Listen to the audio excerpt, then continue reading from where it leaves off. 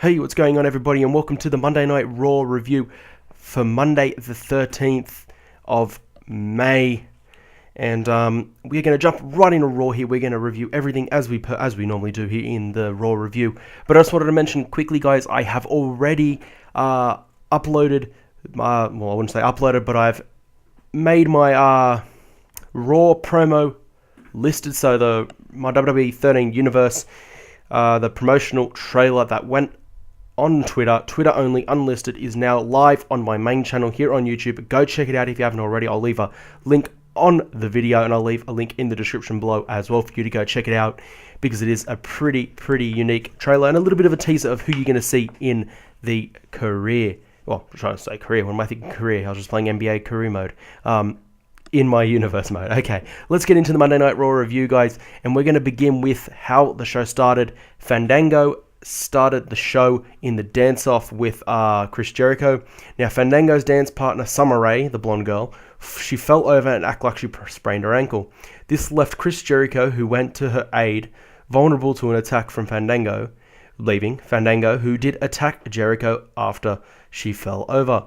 So after the attack, Summer Rae got up as if she was 100%, all an act between the two, making them both even more heel than they already were. So, just a little bit of a push there to make Summer Rae even more heel than she probably already was, because there was a lot of love for her, obviously being good looking and all that, but obviously she has to be heel because she's with Fandango, and I kind of like where the WWE went with that.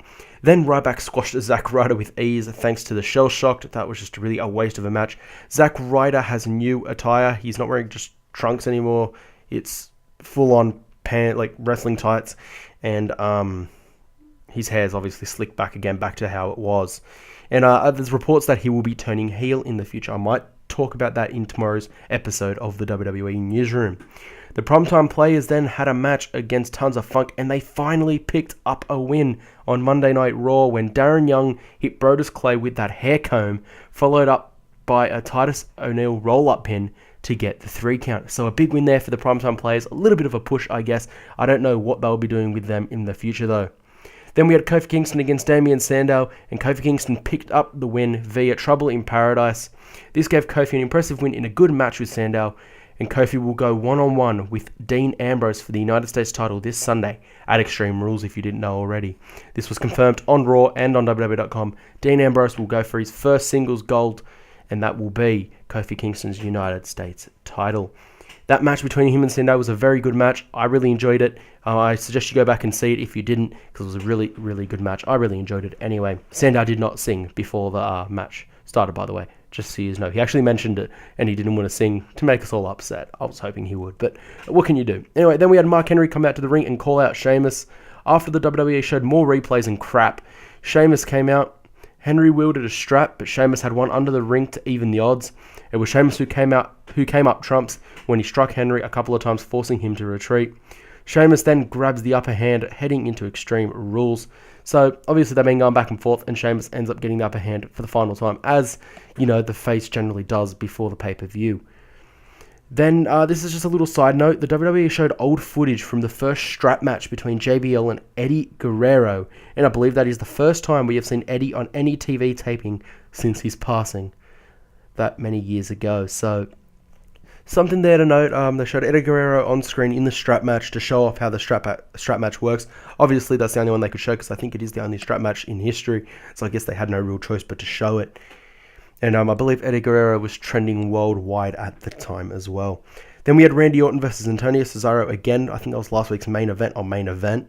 And it was a snap RKO out of nowhere that gave Randy Orton the win. It was a pretty good match again between the two. Apparently they had a good match on Main Event, and they had a good match on Monday Night Raw as well. Then we had the return of Mike the Miz Mizanin after filming his newest movie, Christmas Bounty, as he defeated Heath Slater via the Figure 4 leg lock. Three-man band getting no love from the WWE once again. So the 3-man beat, absolutely horrible, nothing showing. The two on the outside didn't interfere this time. The Miz, too easy, picking up the win with the Figure 4 leg lock. John Cena and Team Hell No then took on The Shield in a 6-man elimination tag team match, and it was John Cena and Team Hell No who defeated The Shield, although it was via disqualification, not a clean win, so I guess you can still say they're undefeated.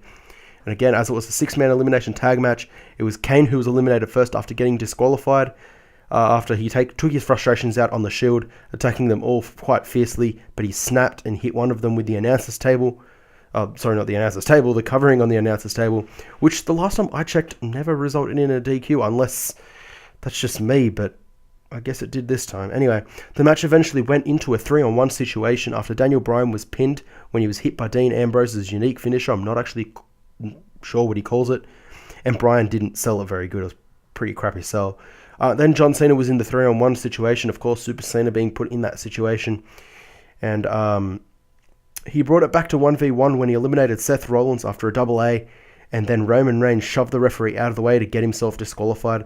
Cena then put Dean Ambrose into the STF, but the other two interfered, meaning Cena and co won via DQ.